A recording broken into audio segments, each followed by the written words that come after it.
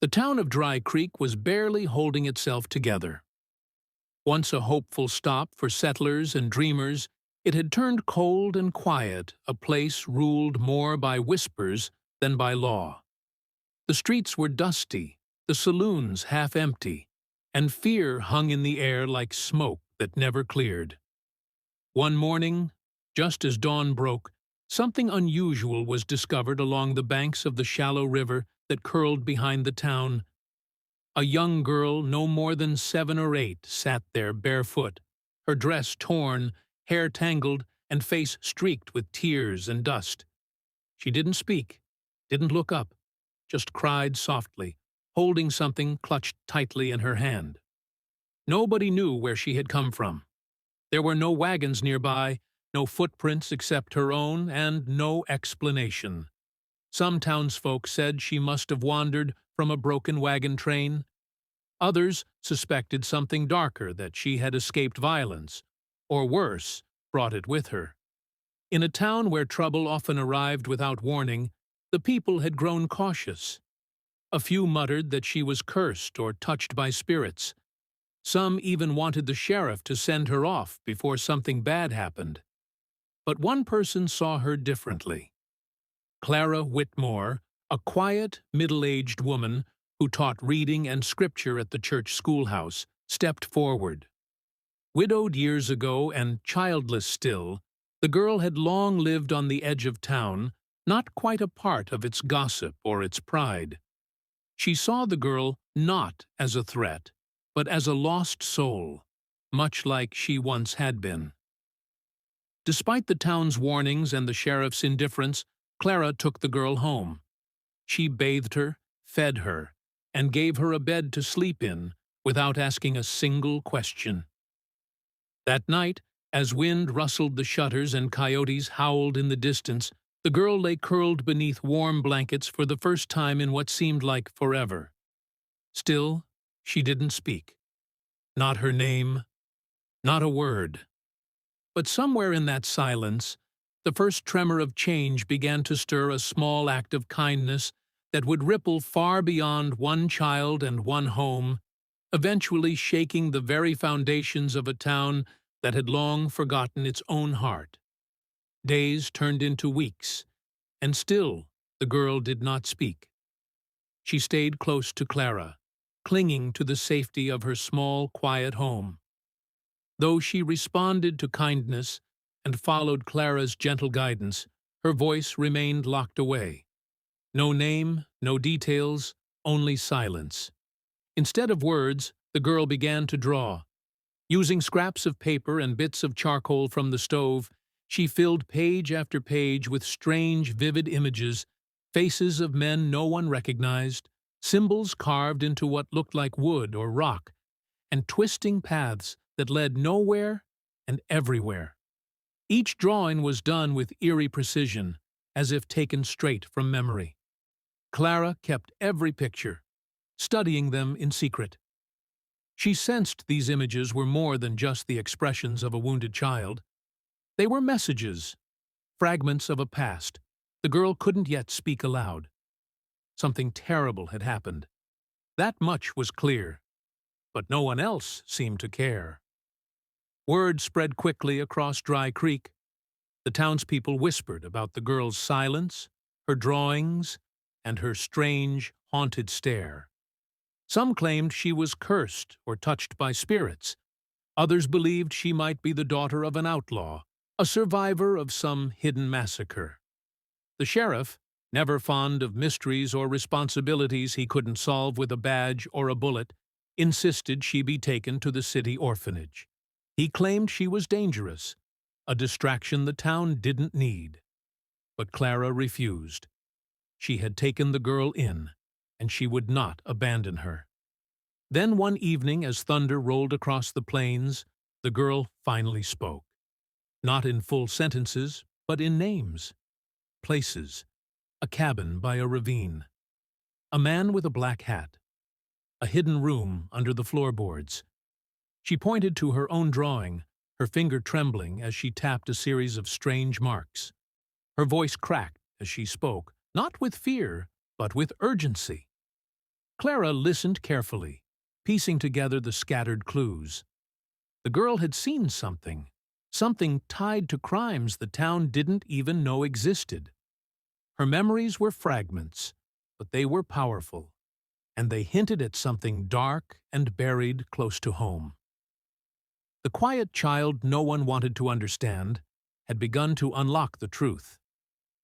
As the girl's words slowly returned, so did her memories.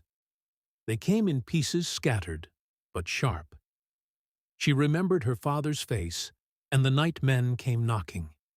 She remembered the fire, the shouting, the way her mother hid her beneath loose floorboards and told her not to make a sound.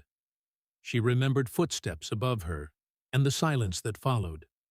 But most of all, she remembered a symbol carved deep into a wooden beam under the house, the same symbol that appeared in her drawings, a rough circle with jagged lines across its center. Clara began connecting the pieces. Each time the girl recalled a place, she matched it to old town maps and landmarks. One location in particular kept resurfacing: an abandoned barn near the river's bend, long, forgotten, and barely standing. It matched one of the girl's sketches precisely right down to the cracked window and leaning oak beside it. Clara approached the sheriff with what she had pieced together, hoping he might take it seriously. But he dismissed it, calling it the wild imagination of a traumatized child. He warned Clara to stop digging into things best left buried. The town had enough problems without chasing ghosts. But not everyone was deaf to the warning signs. A younger deputy, quiet but observant, had been watching from a distance. He'd seen strange activity near the old barn wagons arriving late at night, men moving crates in silence. He remembered rumors from years back, whispers of smuggling routes and bribes taken under the table. He met privately with Clara and the girl, reviewing the drawings, the memories, and the girl's descriptions. What emerged was a chilling picture of a criminal network hiding in plain sight, using the town's silence and the sheriff's apathy to move stolen weapons and supplies across state lines. With the girl's knowledge and Clara's persistence, the deputy began his own quiet investigation. He kept it secret, knowing the danger of exposing the wrong men too soon. The girl's voice, once thought broken beyond repair, was guiding them toward a truth the town never wanted to face. And the deeper they looked, the more they realized this wasn't just about one child's tragedy. It was about the rot hiding beneath the surface of Dry Creek itself. As the deputy quietly gathered evidence, the puzzle began to take shape. Records were falsified.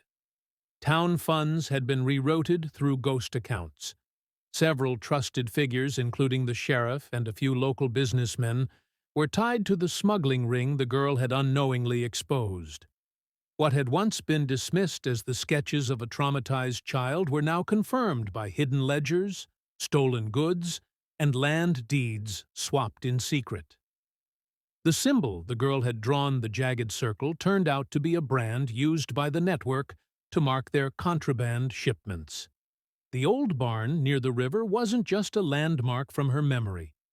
It was the main depot for moving stolen ammunition, whiskey, and even gold through the region. At night, Clara and the deputy watched from the ridge as shadowy figures moved in and out of the structure. Unaware they were being observed, the deputy prepared a full report to send to federal marshals. But the situation became dangerous. Word had leaked that someone was digging into the operation. The sheriff, growing suspicious, made an unannounced visit to Clara's home, looking for the girl and asking too many questions. Clara, fearing for the child's safety, sent her away with a trusted neighbor. The deputy went into hiding with the documents and mapped out a plan to reveal the conspiracy publicly, not just to the marshals, but to the entire town. The stage was set for a confrontation. The girl had become more than a survivor of a forgotten tragedy. She was now the key witness in dismantling a criminal network that had infected Dry Creek for years. What began as a quiet rescue of an orphaned child was now the opening act in the fight to reclaim the soul of the town.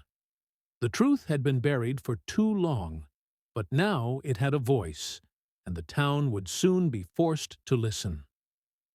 The morning the federal marshals arrived, Dry Creek stood still. The deputy had sent word, backed by documents, maps, and witness accounts. With the girl safely hidden, he stepped forward to testify, and Clara stood beside him, unwavering. The sheriff was arrested first.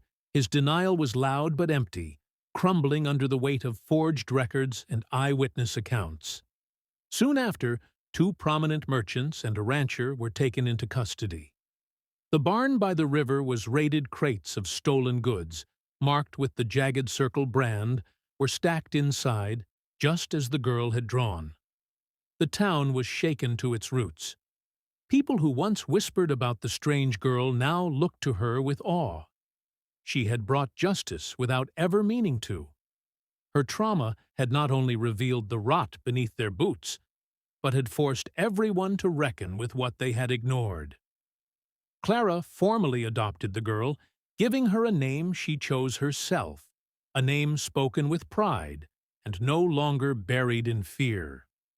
The deputy, recognized for his courage, was appointed interim sheriff, and under his watch the town began to change. Old systems were dismantled, new schools were built. People learned to listen differently, not just to lawmen and leaders, but to children, to women, to those who had once been silenced. The town, once known for dust and shadows, earned a new reputation not for what it had been, but for what it dared to become. And at the edge of that transformation stood a girl once found crying by the river. Her voice, once broken, had rewritten the future of Dry Creek.